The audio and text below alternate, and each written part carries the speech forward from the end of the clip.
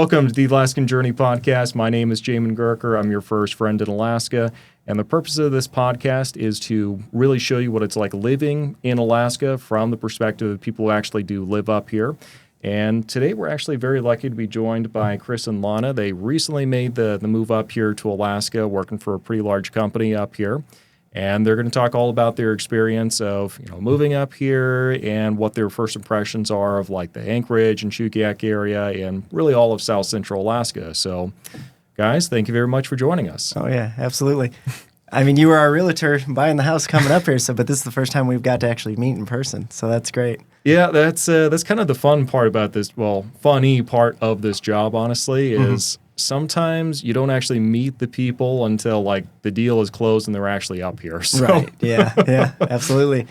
And, I mean, with our situation, we had to do that contingent sale, so we had to close on it while we were on our way up here, and everything worked out really well. Yeah, that was a do or die, but honestly, you did, so. Yeah, we had to. Well, we couldn't have done it without you, so thank you. Hey, well, my pleasure. Yeah. So let's start with this then. You guys, moved up here, contingency, just a couple months ago. I think it was, what was it, May? It was towards the end of May, early June is when we finally left California to come up here. So I think we closed around like June 6th. So yeah, relatively quick, not too long ago. But I know the contingency, we were mostly waiting on the closure of the house down in California in order to be able to drive up here. Gotcha. And so living in California, got some people who like love it and absolutely hate it there. So, obviously we're not here to talk too much about California if y'all don't want to, but, for y'all, like what do you think of living in the bear state? Is that there? We got they got a bear on the flag, but I mean, it's a grizzly bear or a brown bear, and they don't have any there anymore. So I don't really know why they have it still on there, but the California grizzly's on the flag. Yeah. Saw a couple black bear, but not compared to what we've seen up here in just a month. Yeah. What did you guys think of living in California? So I got out there 2011, so quite a while ago. And when I first got out there, it was kind of a bit of a culture shock going from Michigan, going to there. It got progressively more expensive, more crowded, to the point now, I will say that the time that we were out there was nice because you could go camping, you could go fishing, you could go any direction and get a different type of environment, whether it's the coast or the mountains and all that. But it got too busy. It's way too crowded out there. It's kind of similar to the one highway, like here going from Anchorage to Palmer and Wasilla, the one highway. But for there, it's 4 lanes and tons more people. So you're still dealing with the congestion. Up here, even when it's rush hour, it's nothing compared to what it was down there. Yeah, it always makes me laugh hearing Alaskans complain about traffic. Right. Yeah. It's like, you poor, sweet child. Like, there's no way you have any idea. Right. We've talked to some people since we've been up here, and they've talked about wanting to go down to California, and I just tell them, I'm just like, don't do it. But I understand if you grew up here in Alaska, you want to see something new. Everybody should travel a little bit, but it's more expensive than here. So if you want to go somewhere, maybe not there. Yeah, which is just wild to hear people, say that it's more affordable living in Alaska than, California. I guess I've heard that for like Hawaii and like some of the bigger pockets out there too, but yeah, just wild. Yeah. So, got the letter. You guys are coming up here. What were y'all's impressions when you heard you were moving to Alaska? Was that a yay, boo kind of thing? Like, what did y'all think? Well, him being in the Air Force, he had been here multiple times. So, and obviously he's my husband. I love him. I believe everything he says. So, for the most part.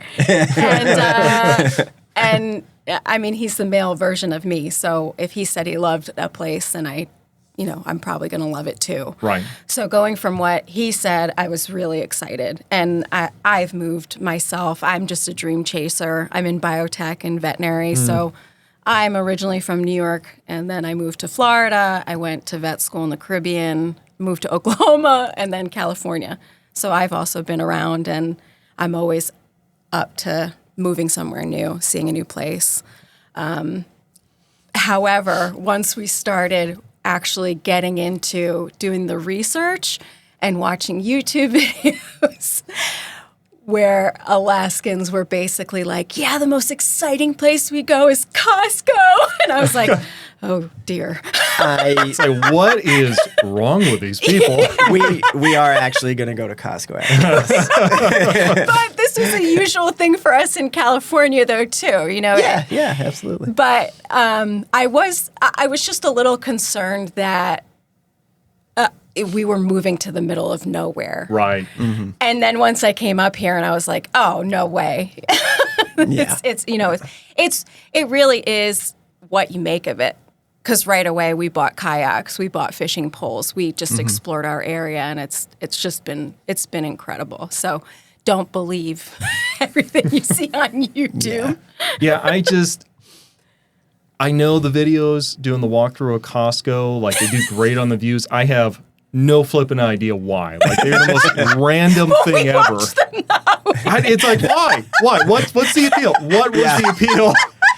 Well, I will say, before we made the drive up here, I was watching videos of just people driving Anything, yeah. to come up here, like the Stuart Cassier highway that we used. I was like, babe, really? You're watching people drive? What are you doing? We're going to make the drive. I wanted to know. Yeah. Now, Costco, a little bit different because the store always changes, so it's not like you're learning the layout of a Costco. But we were But, worried, because people were saying, oh, Amazon packages take forever, and we don't have everything up here. Even on, like, some of the military wives, like, talk groups, everybody's like, I was told to buy everything in the lower 48 because Alaska just doesn't have anything. And I'm like, who are you talking to?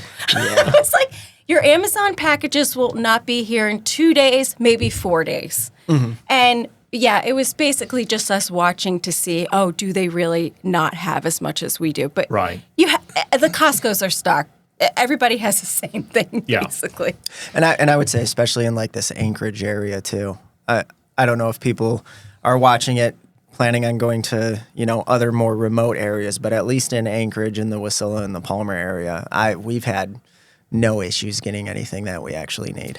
Yeah, I mean, mostly when people are moving up here, you're probably not coming up looking for like really exotic, niche kind of things. Like, I guess you could still get them here, but like you said, it's just going to take a couple extra days. But yeah, usually it's not going to be, you're not going to be wanting for stuff. It's not like you're living off grid. Right, Which kind of a mindset shift for people. Yeah. For you guys, though, how did like friends and family react when you said you were moving to Alaska? Was that like, were they excited for you, or, what was that like?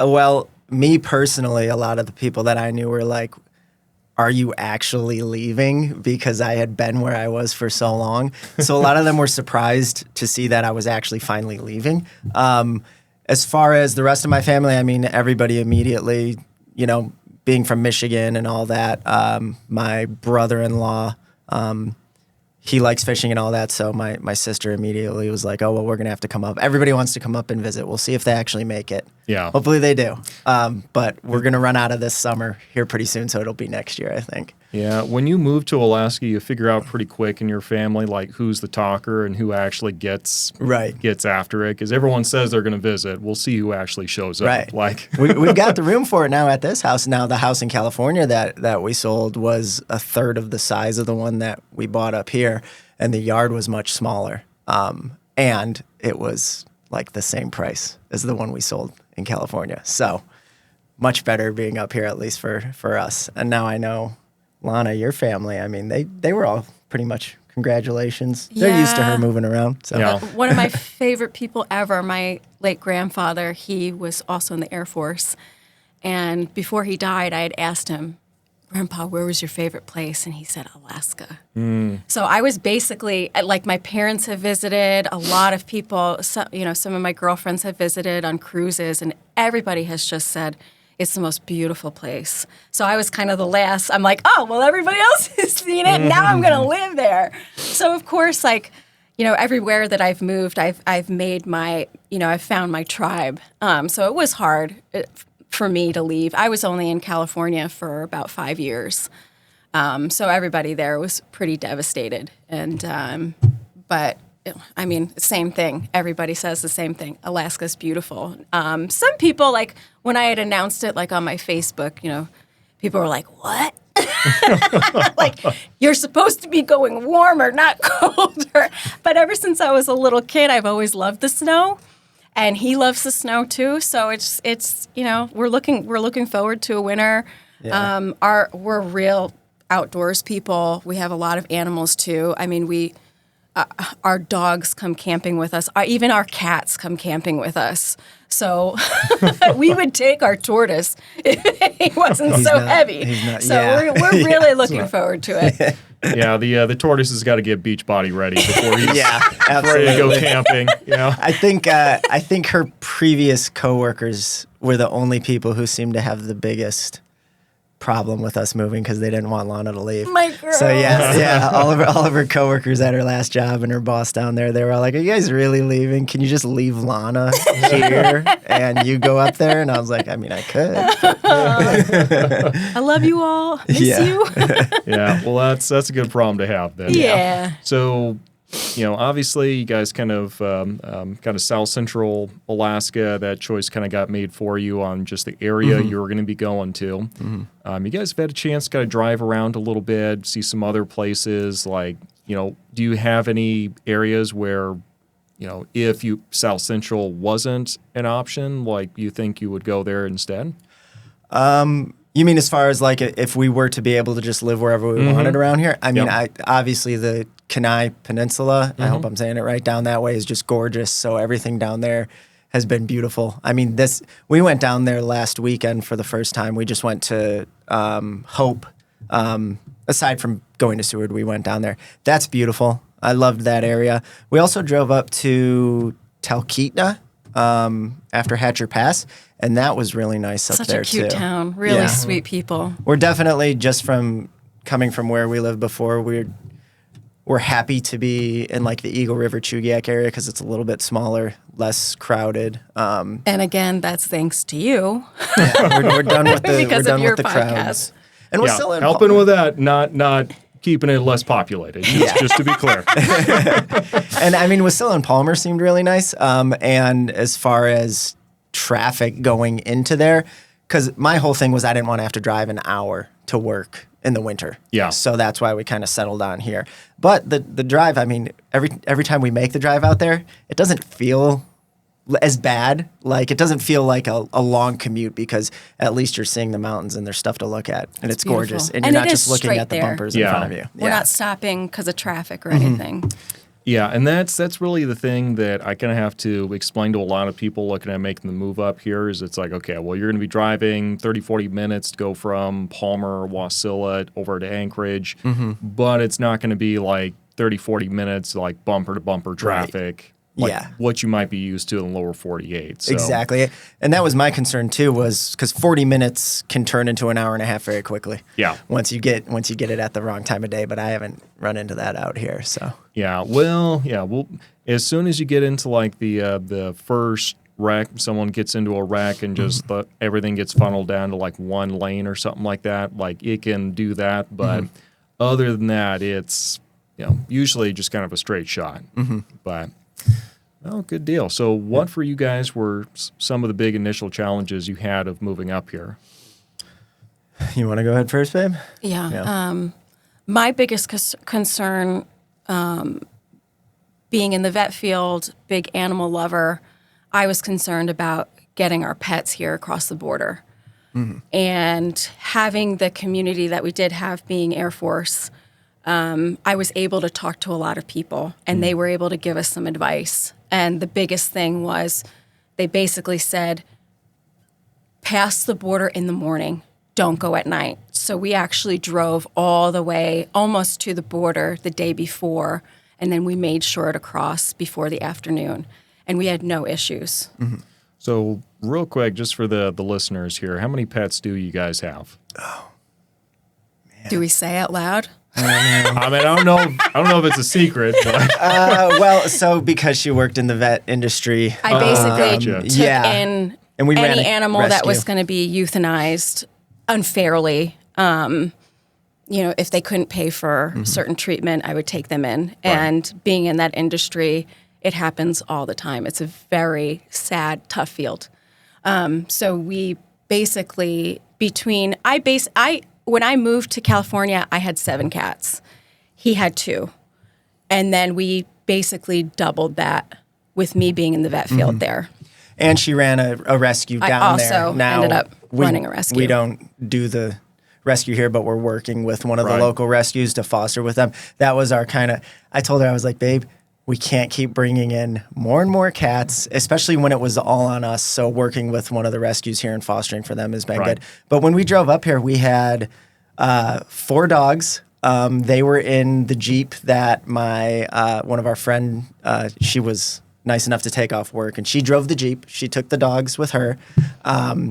I was in the U-Haul with the giant tortoise, who's about 140, 150 pounds now. So he was in the back of the U-Haul in his insulated house that he lived in California. Then we had our tegu lizard, which is a big monitor lizard. He was in the front of the U-Haul with me, just in a little storage bin. And we had what else? What else do we have? Well, all the cats were in the Lexus. I had all the with her. cats in the cat lady mobile. So she had 14 cats in there. Yeah. So they were all in their carriers, and I mean, we were all prepared with.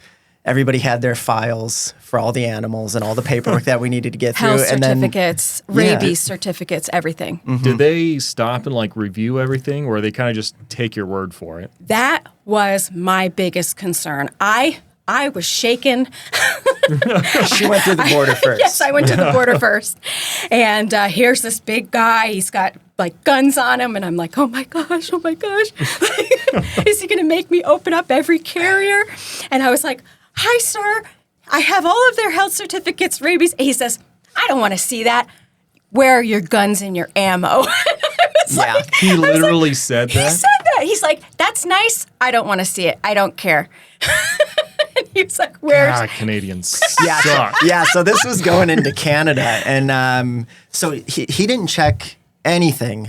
We had the copy of my orders and our passports. Each vehicle had one, and then I got up there next, and he was like, "Do you have any guns? Do you have any weapons?" And I was like, "I think I have a knife, like just a little knife." And he's like, "It's not a switchblade, is it?" And I'm like, "No, it's not a switchblade." And he's like, "Okay." We didn't really interact too much.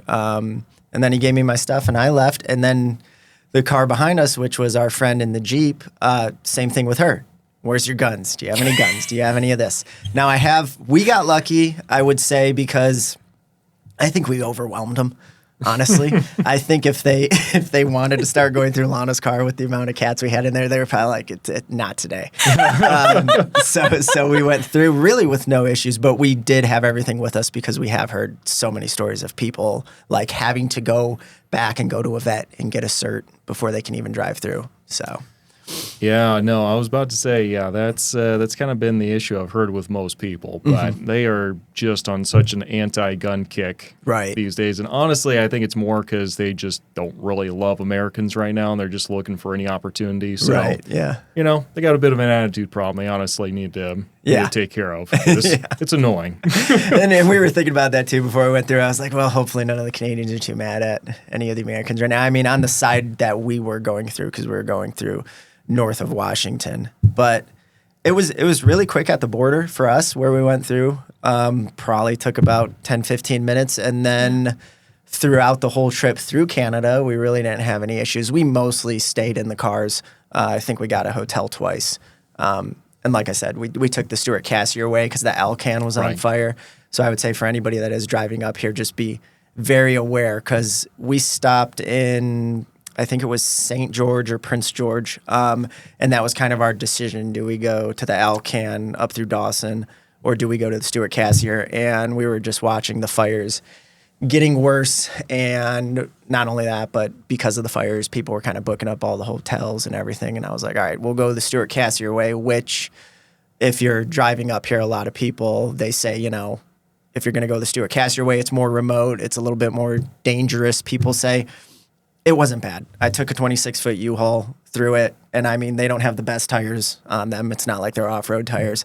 We might have got lucky, but we made it through no issues, and we found enough gas on the way and enough service on the way. There was never an instance where I was like, oh, we're going to run out of gas. We're not going to make it to the next gas station. But we did stop at every gas station just to make sure, even if it was just a little bit to fill our tanks. And also, we were very terrified about lack of service because we had no idea where we were. And we actually got walkie-talkies. So we all had walkie-talkies, which was awesome. I mean, really, the border was our biggest concern, and then that was also a concern. But in terms of, I mean, we are, you know, they're our kids. We don't have human kids. So those were our kids. So we were just so terrified. We just wanted to make sure no one was going to get euthanized. You know, everybody was going to pass over just fine. And then we just said, there's some rocky roads. You know, as long as we have everybody together, we can, we'll make it through. Yeah. What were the road conditions like out there? We drove through, so it was June, and I would say it was nice. I mean, even on the Stewart Cassier, which is what they said was the less maintained one, it was a little bit gravel, unpaved, but the only part that I remember from the whole drive where I was like, this is a bad area of road is the stretch where you're already back on the Alcan. So regardless of which route you go, if you go up the Alcan or the Stewart Cassier, you're all going to have to make this drive through that section. And that's in the Yukon, pretty much 100 miles from the United States border and then through the United States border because the permafrost up there is so bad. So that was really washboard, really wavy. Other than that, the time of year that we drove through, the roads were great. We didn't have any issues at all. I think a lot of the information I was looking up about the Stewart Cassier was a few years older. I think they've really bumped up what they're doing with it because of so many people going both directions now. So we didn't have any problem. Maybe it's been a while since I've like driven the Alcan. Like where's the Stewart Cassier? Is that like more west along the coast? Yeah, a little bit. It's basically because of the two options. The Alcan goes more on the inland side, but it is the more developed one with more hotels and everything like that. So if you're not driving a zoo and you can enjoy the drive, you might want to go that way so you can actually sightsee. But for us, it was kind of like, hey, get through, get it done. So the Stewart Cassier way is the more western route, but there's really, at least for us in the direction we were going, and I think once you get to that point, there's really only those two options. So it would be the more western one. It was like 100 miles shorter, but due to the speed limit on it, because it's a little less maintained, it ended up being the same amount of time. Right. So you mentioned like having to change where you were going because of like the forest fires and everything. Did you have any resources, Facebook pages, stuff like that you were watching to get those updates? Yeah, so on Facebook, I found an Alaska highway Facebook group that kind of was posting updates on it, and it's mainly a group of people that are all either getting ready to drive it or currently driving it, and they were just posting on there like the fires are here, the fires are there, because it wasn't quite as easy to find real-time updates of where the fires were. But we were able to at least get enough info through that, and it was at the point where they shut down a little stretch of the Alcan for a bit, and we knew it was going to take us probably a day to get to where the fires were, and it could have got worse. So we were like, we'll go Stewart Cassier. Yeah. No, that makes total sense then. So sounds like you guys more or less kind of skated right through the Alcan then, no huge adventures, anything like that along the way. Nope. What was it like when you got Alaska side and then managed to make it down here to the South Central? Because I mean it's a long trip. So very long. What are y'all thinking when you first got here? Well, Lana left us as soon as we made it, probably past Toke, and I was like, "Woo! I'm going home." I was like, "Bye, y'all." So I'm in my Lexus SUV, so I could blast these guys in a Jeep and U-Haul. And I was like, I'm tired. We're almost home. I got to get home. So that was the only time we really separated because we did have the walkie-talkies. I was like, we're in Alaska. We're safe. We have plenty of, you guys can just call me. And then I just kind of pieced out, and Yeah. I got to the house first. But this was, such a beautiful experience for us, and I didn't want to actually get into the house by myself. Yeah. I wanted to wait to do it with my husband. So I just checked on all the cats, let the cats out of their carriers in my car. Everybody was asleep on me. Yeah. And I just slept. And then once they finally got there, I think I got there maybe like 2 hours faster than them. Then I heard them knocking on my window. And I was like, all right, we're home. Yeah, I mean, through the Alaska side, once we made it through, the roads got a little bit better. Toke, we were able to stop and eat there, and we just made the push all the way. We were coming up in the summertime, so we were lucky enough to have a little bit more daylight, but even so, coming from, I think it was like near where the Matanuska Glacier is and down where it's that really windy mountain road, it started to get dark. Saw a bunch of moose coming out on the road. So me and our friend that was in the Jeep, we were just going nice and slow on that. She booked off and took off. But I will say, if you're making that drive, because we left Whitehorse that morning, and we were like, we're going to make this push and just get it over. But we were probably 2 hours away, and we were almost like, we might have to just stop and take a nap, because it was a long drive. And then the road right at the end, when you see the light at the end of the tunnel of the Matsu Valley, and you're coming in, you're like, I want to get it over and done with. But the road does get windy. It was raining on and off, so we just took it slow and got through. Yeah, which that windy road you're talking about, like during the fall time, like just absolutely sings. Yeah. Because, I mean, it's windy and all that, but then the road, for the most part, you can get up above the trees and just see, long ways Gorgeous. around you, and you get, the real golden colors over there. So, Nice. Yeah, we'll have that on your bucket list of things to do here. Yeah, But, after we made it through, I could kind of see the glacier off to the left, but it was getting a little bit too dark to really enjoy it, and I was like, we'll have to come back here at one point, Yeah, I don't know if you remember or not, but they've got, that big, essentially, just that big rock, just off to the left, and it's really standing tall and Up on the top of the mountain, or what are you saying it's when you like come down? you're driving, and the rock is so big it actually blocks the glacier view. Oh, for a I little don't think bit. I noticed it. Yeah. Well, next time you do, I mean, Yeah. that's actually known as Lionhead, and it's great little hike to go up there, because then you're really high up. I've got some stuff with the on the Instagram and all that, from the Lion's Head, but yeah, really great dramatic location, really cliffy, and you just Nice. look out across the glacier and everything. So Yeah, we'll have to go check it out for sure. We wanted to go to the glacier, but it looks like you pretty much have to have a tour to go to it, unless it's the wintertime. there's a long history there too. Somebody owns a bridge. Somebody owns a bridge. Somebody got cantankerous back in the day and was just showing up, yelling at people when they were just, going across the bridge. I think somebody showed up in their underwear and started yelling at tourists or something. Yeah, it's just Okay. typical Alaska redneck stuff. Yeah. But I kind of get it in this instance. Right. So, Yeah. But yeah, pretty much it's an all tour kind of a deal. Okay. Or you could paraglide in off the Lion's Head. Yeah. But you better stick that landing really well. Yeah. The glacier's not easy to land on, I imagine. I've been seeing the people paragliding around here, and I'm like, that's really cool. But it's also one of those things where I don't even know how you would begin to do it, because I feel like you go out that first time, and if you don't get it right, it's your last time too. So I might stay away from the paragliding. We'll see. Well, so I actually did look into it. You can do the tandem paragliding. Okay. And I mean, I've done that. That's a lot of fun. Yeah. The only downside is it's a lot of corkscrewing, round and round and round, merry-go-round kind of thing, because that's how you go Catching up. the drafts. Yeah. Catching the drafts. So, you can kind of get a little airsick doing that, but, still a lot of fun. Yeah. But what you do is, I think it's 14 flights. To double check this, not 100% sure, but it's about 14 flights. You have to do the first one. You're kind of strapped to the instructor. You have a whole course and everything you do before you can go and start flying yourself.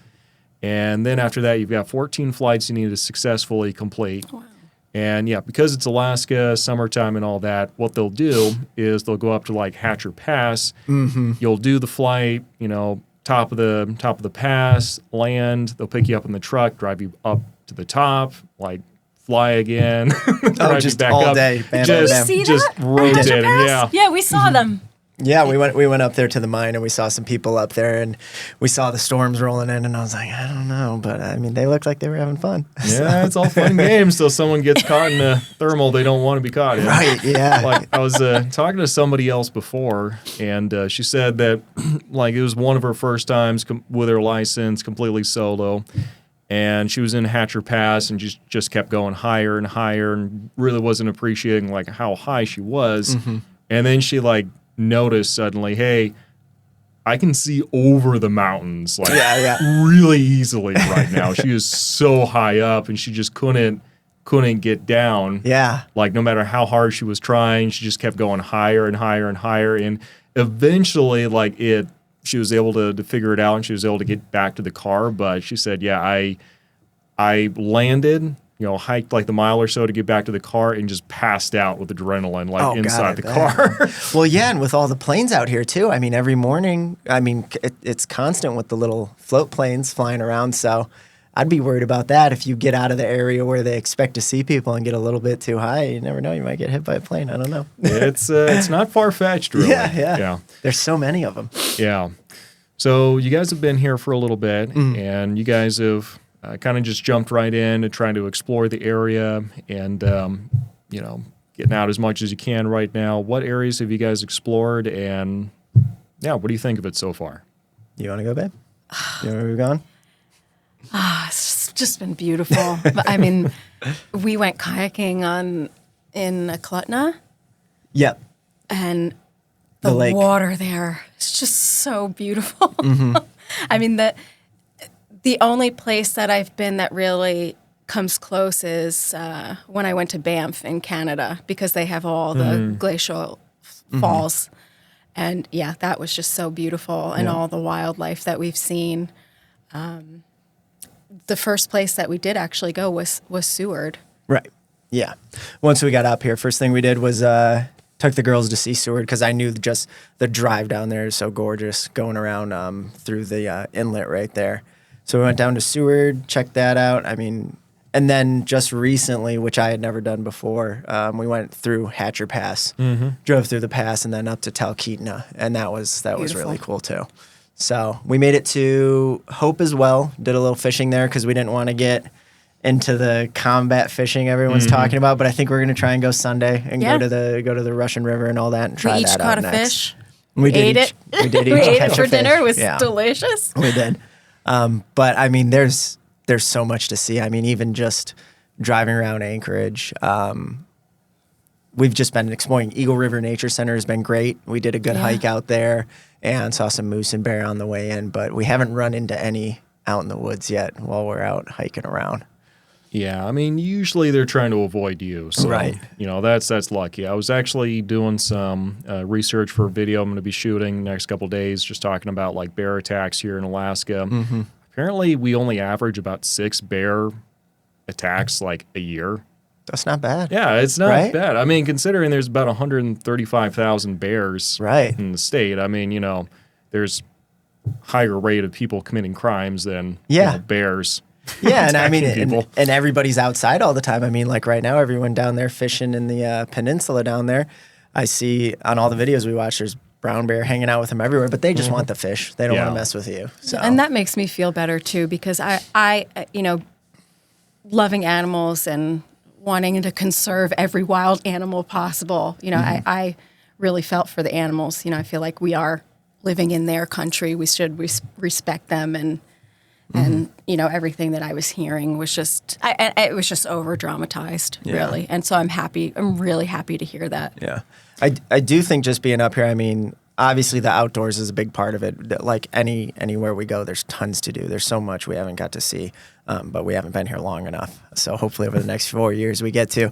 But as far as the city stuff, we haven't really gone into Anchorage too much. We went and ate a few times, but she still hasn't really walked the downtown area where the big touristy gift shops are and all that. But we have spent some time in Palmer and Wasilla just to see what they have in the city there too. And I mean, I'm sure once they get a Costco in, then it's going to really be more bumping out there. But yeah, I'm not sure we're going to get that Costco out there. Really? Actually, I heard, and I'm not sure this is true or not, but I heard there was some backroom deal between some Alaska grocery store. I'm not going to say which one because Okay. that'd be rude, Yeah. but been told that there's some backroom deal between Costco and some Alaska chain where Costco is not going to go across the Connect Bridge into like the Matsu Valley. Gang so wars, yeah. I'm not sure if that's the case or not, but that's just what I heard from the streets. So I guess unless they put a tunnel in right on the other side and then they can go that way. Yeah, no, we were wondering about that because I was like, everybody's driving into the Costco's in Anchorage. We've checked out Three Bears and they seem to have a bunch of the Costco stuff right here over in Chugiak, like the bigger bulk amount of items, which was nice to see because then, in the winter, if we don't want to make the drive and get a bunch of stuff. And that we was didn't- one of our first questions too. Yeah. When our all of our neighbors have introduced themselves to us, which is another really beautiful thing. Everybody's super cool. We asked them, where do we shop? And they just gave us a lowdown on Fred Meyer, Three Bears, obviously Costco, Walmart, Yeah. and compared them all, which was really cool. yeah, no, that's awesome. So for you guys, you were showing up in May. Summer solstice is like a little over a month. Like once you guys got here, how did you guys adjust to the amount of sunlight up here? You should tell them about when we had those guys come and help us. What, you talking about to move things? Oh, And you were Yeah. like, yeah, all right, let's do another hour or so. And they were like, It's like buddy, 10 o'clock. it's 10 p.m. It's been a little bit different because at because it's Your daylight. We just want to energy, you just go, Yeah. go. And it's been amazing. But we really have to, we're constantly checking the clock because the both of us have a lot of energy and we could just keep going. And so we're like, okay, babe, it's 9:30. We got to get to bed. Yeah. Yeah, that's been hard to kind of rein yourself in because it's summer. You want to go do everything while you can, right? Before we all know, even though we haven't been here for a winter yet, we all know what's coming. It's going to be dark. So we've been trying to do everything we can. And even when we're been nice. kayaking too, and Yeah. we see everybody leaving and we're like, oh, Yeah. maybe it's getting late. we went to Lowe's, and I mean, obviously, because everybody up here knows you're going to get sunlight all the time. They got really good blackout curtains there. So got some blackout curtains, had them cut it for the window, and I put those in. And once we go into our bedroom in the back and we put that down and everything, it's dark. It's nighttime at that point. But it did take some adjusting and some getting used to because it is hard. You'll mess up your sleep schedule real quick if you got to be up for work at 4 a.m. and you're up till midnight because the sun hasn't really gone down yet. Yeah, and it's like you want to say that you'll just be so tired you'll go to sleep, but that's not necessarily how it's going to shake out. That Yeah. light gives True. you energy. It really does. Yeah. I went into work on Monday after 3 hours of sleep, and then I was there 12 hours. And when I came back home, that was at the point where, yes, I was tired enough where I just fell asleep. It was like 7 o'clock, and I was like, but honey, still, just go to yeah. bed. Take advantage of it. Because he was Yeah. like trying to stay up with me. I said, just go to bed. Yeah. We'll see how the winter is, though. I've worked night shifts before, so I have been in that situation where you're waking up and it's, it's daytime or you're going to bed and it's just constant darkness and you don't see the sun. But we'll see in a few months. Same with emergency vet med, Yeah. too. I worked night shifts, so we kind of had an idea of how to adjust. Yeah. Oh, good deal.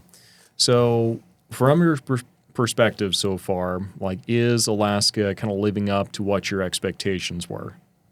For me, absolutely. I mean, I had been here throughout the years. I had been to Fairbanks in the wintertime, seen what they had to offer. I will say Fairbanks, I was there for a few weeks and I kind of felt like I ran out of things to do, but the Anchorage area, it's everywhere you look, you just see another peak and you're like, oh, I wonder what the hike is up to that.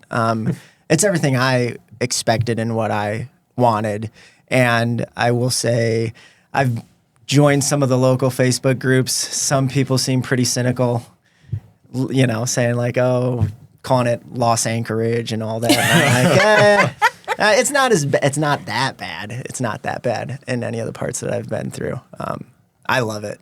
I enjoy it up here. And yeah, take everything people say with a grain of salt. If people are saying it's crazy expensive up here or it's dangerous in Anchorage and all that, I'm sure there's areas of it. Just be smart about where you go. But I wouldn't let it, sway your opinion on anything up here. What do you think about it so far up here? I think, I mean, with everywhere because I've moved so much, it's just funny what you learn is like the Alaska niche, or like, because when I moved from New York, I didn't realize like we had a New York hot dog. Mm-hmm. I just thought everybody ate hot dogs like that. And they were like, oh no, mustard, sauerkraut, that's a New York hot dog. So I think just everywhere you go, you're going to learn what's unique about where you are, how the people are, how they see transplants like us. Mm-hmm. But then again, everywhere you go, you could either just stay in your house and not do anything, or it could be what you make it. If you just go ahead and you find what you like to do and you do it. Of course, this is everything that, Chris had said to me in the past, like, oh, babe, there's so many things to do. There's bears everywhere. Blah, blah, blah. So in terms of that, exactly he doesn't talk like that, but that's exactly how I sound. Yeah, man. You guys are going to adopt a bear at some point, aren't you? I'm hoping. Our first conversation as like getting to know each other were about bears. So it's just, it's kind of amazing. Oh, and I have to tell you too. So the veterinary hospital I worked at in California was on Alaska Avenue. So it this was all faded. I know. That's I what feel she like, says. the first, we first talked, our first conversation were about how much we both loved bears, how he wanted to adopt one. Mm-hmm. And then here I am on Alaska Avenue. Yeah. And then we end up actually moving to Alaska. And then again, like, I don't know, maybe it is like kind of faded because of then, my with my grandfather loving Alaska, it's just, it's kind of a magical thing for us. I will trade, if anybody out there listening has a baby bear, I will trade them 14 cats for one baby bear. Tonight. We can do it tonight. No questions asked. All over the table. Yeah, absolutely. Oh, that's awesome. Yeah. So for you guys then, so far, what would you say are kind of the big pros and the big cons of living up here in Alaska? I mean, people who listen here, obviously, we're realists. We know nowhere's going to be perfect. So probably not telling people stuff they don't know already. But for you, what would you guys say are the big pros and the big cons? I mean, I think we'll probably have a better grasp on cons maybe after winter, depending on how bad it is. I will say the pros for us, because of what we do like doing, which is, outdoors things, the pros are, we don't have to go far. In California, we would have to drive a few hours to get to the mountains, to get to like Lake Tahoe and all that. But here, it's a half a mile or a mile down the road. We have a lake that we can go kayaking in. So that's definitely the pro. I think probably cons that I could see coming would be, of course, obviously, when winter hits, all the great outdoor things that you want to do are going to kind of get cut back a little bit on the options. We're looking forward to ice fishing. Yeah, we'll try ice fishing. And I mean, I don't ski. I snowboarded. But I guess we're going to try cross-country skiing. We're going to buy some skis today. So we'll try that. We're getting ready. Yeah. I would think cons, though, other cons. I mean, if your family, if you live near your family, I could see some issues with family wanting to make the trip up here. But planes are quick. I mean, yeah. And other cons. Lana has a huge con. She was going off about it in the car on the way here, and that's with not being able to have the mail delivered directly to the house where we bought. She hates that. Yeah, I don't know why, but for whatever reason, our mail system just doesn't let you send the mail directly to the house. Yeah, right. Even in like the really well-established neighborhoods, you just can't. I don't get it. I get it. If it's a really long driveway, you got to travel a long ways. But we've now got probably about 6 slips for mail to go pick up at the post office in the car. We were going to do it before we came here, but we'll get to it tomorrow. And it's everything from socks to our new bed comforter. Amazon does deliver to the house. Yes, mostly. UPS, a lot of them bring it straight to the house because, I mean, our unit for our mail is just kind of across the street, not too far away.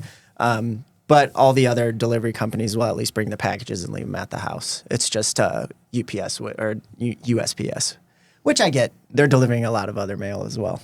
But yeah, when you get up here, if you're used to getting things sent straight to your house, depending on where you live, you might be making daily, weekly trips to the post office to get your packages. Yeah. And then I agree with all of the pros. I think overall, we're really happy about it. But a major con for me, and this will only really, I think, affect the animal rescue community and the veterinary community, is that in all of the other 48 states, TNR, trap, neuter, return, is a huge part of animal rescue. But here, because the winters are so severe, it's more either that return is practically illegal here. So there is a lot of behavioral euthanasia, whereas we could just release them back to their colony in the lower 48. And also, I've noticed, just speaking with my colleagues, and as well as working in the area, the veterinary community here is very different mindset and not very supportive of the rescue community. Because the first thing when moving to a new place is wanting to form your community. So the first thing that I did was I actually reached out to a lot of rescues because I know that they're going to have big bleeding hearts like me. And it's very important to make friends for me. I am a very social person, and we did make wonderful friends. They had a welcome barbecue for us with animal rescue kitties. So ARC here in the surrounding area, Chugiak. Out to Palmer was and they've just been wonderful. I mean, we already, I think a day after we moved in, we actually got a litter of kittens because we just wanted to help any way that we could because we want to beat the winter. We want to make sure that all of these animals are safe. And if they do have a chance, because they do have a new program where they're trying to get these feral cats, those who are born outside, to come in and then, work with them, hand feed them, try to get them to understand that humans are good and get them into a home rather than behavioral euthanasia, since there isn't that release option here. Right. Yeah. And one other issue that I've really run into, and I will say for anybody, if you're moving up here, obviously if you're moving here in the winter and you buy a house and you want a fence, you're not going to get that fence anytime soon because they're not going to be able to do it in the winter. But same with us, I should have probably scheduled it sooner, but I wanted to see the property and decide where I wanted the fence first. So really the first week that we got here, we got people out to look at where the fence is going to be. But we are still waiting. So having dogs and the animals that we do have, we just have to keep them on leads, take them out because we don't want them running the neighborhood and going out in the middle of the woods. So I will say if you got animals and you buy a place with no fence, reserve a spot ahead of time. Yeah, that's really, that's definitely something you'll run into a lot up here. Is it's like there aren't as the workforce isn't as readily available to do stuff here in Alaska as it is down in the lower 48. Right. So whereas you might get some swapped out within a couple days or so, that might take weeks or months. Yeah. Up here in Alaska, it's just the contractors are just running like crazy during the summertime, just running and gunning the entire time. But it can't get to everybody. Yeah. Quickly.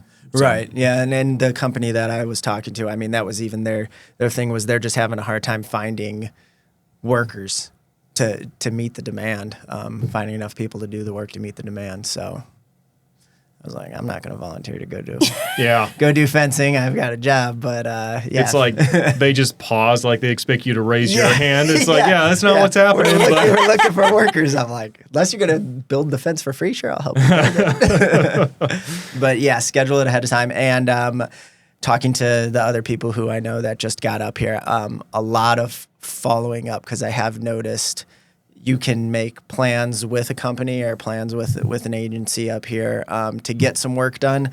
And if you don't follow up with them, they might forget about you. So I had to get the shed moved, and the mule that they had to use to move the shed was in the shop. And so I just had to pretty much call them every day and be like, hey, is it fixed yet? Hey, is it fixed yet? Because they would say, oh, we'll shoot you a text this afternoon when we hear back from the shop. And then I wouldn't hear till the next day. So I would just call them. But so follow up. That's one thing that I've noticed is different up here, at least. Yeah. I think people are a little bit more relaxed, and they're like, I'll get to it when I get to it.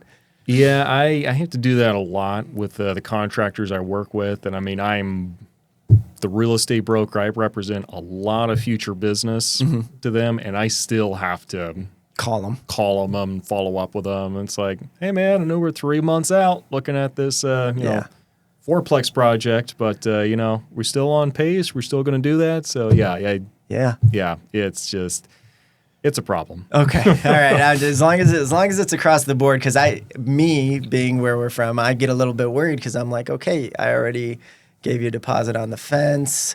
Are you going to give me a date of when you're going to start it?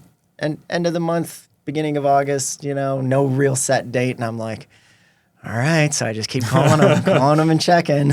Yeah, that's about all you do. So Okay. But as long as they're not running off with the deposit. Yeah, I think you should be okay. I think in this instance, there's nothing special about you. They're just the same to everybody. Okay, all right, cool. Good to know. All right. Well, guys, I really appreciate you coming on here and, kind of sharing your perspective, what you think of the state so far. I'm glad we got to actually physically meet. So that's awesome. We do have like meetups every month. Like actually tomorrow we're going out to Mirror Lake and just kind of paddle boarding, kayaking around. Awesome. So you guys are more than welcome to that. We've got berry picking next month. So we'll go to berry picking. I know, unfortunately, because we were going to go fishing tomorrow, but Lana already made plans to help with a foster cat rescue for the kids. Yes, at Ken's Garden. I guess it's his birthday, so he's having a big adoption event. But we'll go berry picking for sure. Oh yeah, because I've been wondering where the berries are. I haven't really seen them, but I guess I got to get out in the right area. Yeah, I've got the spots. All right. We'll circle back to that. Okay, cool. Yeah, and then after we go through a winter, if we get a bad winter, we'll have an updated list of comments, I'm sure. It's like a 5-minute video of just negative tirade that just gets more and more escalated. Nobody else just gets cut. Just me by myself. This sucks. All right. Outstanding. Well, again, guys, thank you for coming on here. Everyone else, thanks for listening, and we'll catch you next time.